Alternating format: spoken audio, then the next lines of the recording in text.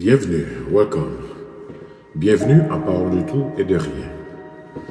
La chronique d'aujourd'hui repose sur la question: le pouvoir rend-il fou?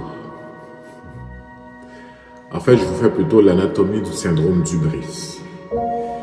Si vous en avez pas entendu parler, je vous le présente aujourd'hui. Mais je commence par vous dire que tout ce que je sais, c'est que je ne sais rien. Mais je suis de nature curieuse, avide de connaissances, tout en sachant que je ne toucherai jamais que la pointe de l'iceberg. Voilà la seule certitude que je m'autorise.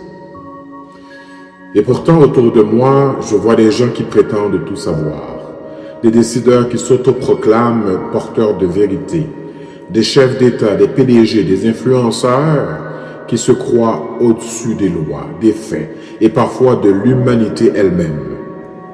Ils affichent leur réussite avec morgue, étouffent toute critique sous des tonnes de certitudes et dérivent lentement vers un mal insidieux, le syndrome d'Hubris. Syndrome d'Hubris, qu'est-ce que ça mange en hiver? Définition et origine. Le mot hubris nous vient de la Grèce antique. Il désigne l'orgueil démesuré, cette arrogance des mortels qui défient les dieux et oublient leur condition humaine. Dans les tragédies grecques, l'hubris appelle toujours la némésis, la vengeance divine, le retour brutal à la réalité. Dans sa forme moderne, le syndrome d'Hubris a été théorisé par Lord David Owen, médecin et ancien ministre britannique. Il constate une dérive psychologique chez certains individus, notamment lorsqu'ils exercent un pouvoir non balisé par l'éthique ou la lucidité. Le pouvoir rend fou, et le pouvoir absolu rend absolument fou, pour répéter Lord Acton, 1834-1902. En fait, il y a des symptômes de mal invisibles. Le syndrome d'Hubris s'installe progressivement. Et voici les signes les plus frappants. La surestimation de soi, sentiment d'être infaillible, le mépris des règles, des conseils et des autres, le refus des critiques, un besoin de domination, l'isolement volontaire, entourage docile, c'est une cour de courtisans, confusion entre autorité et supériorité, une perte d'empathie parfois jusqu'à la cruauté. J'en profite également pour insérer dans cette chronique un enjeu de taille, un enjeu sociétaire en fait qui frappe monsieur, madame, tout le monde. En fait, quand l'hubris frappe dans l'intimité, la violence domestique, le pouvoir ne rend pas fou uniquement dans les hautes sphères, il s'infiltre dans les maisons, dans les couples, dans les familles. Le syndrome d'hubris peut aussi prendre la forme d'un homme ou d'une femme qui pense avoir droit de regard, de contrôle ou de punition sur son ou sa partenaire.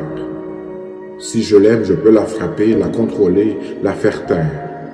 Voilà une forme d'hubris perverse, intime, destructrice. Dans la violence conjugale, le pouvoir n'est pas toujours institutionnalisé, mais il est exercé de manière unilatérale. Il repose sur la peur, la manipulation, le contrôle des finances, des gestes, des choix. Il se nourrit d'un déséquilibre relationnel où l'un croit pouvoir posséder l'autre, souvent au nom de l'amour. Ce n'est pas un excès de colère, ce n'est pas un simple malentendu, c'est un abus de pouvoir enraciné dans l'arrogance et la déshumanisation de l'autre. Tu ne domines pas une personne que tu aimes, tu protèges ce qu'elle est. La société minimise encore cette violence invisible, pourtant elle fait des ravages.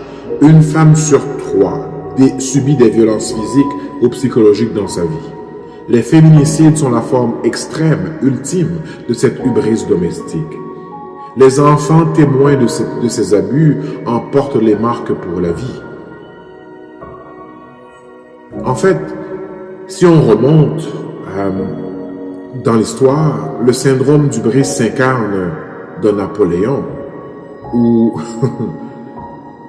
de façon contemporaine dans Trump, dans les palais. Holmes ou Newman dans les salles de conseil, mais aussi dans la banalité du quotidien, un employeur tyrannique, un conjoint contrôlant, un parent maltraitant.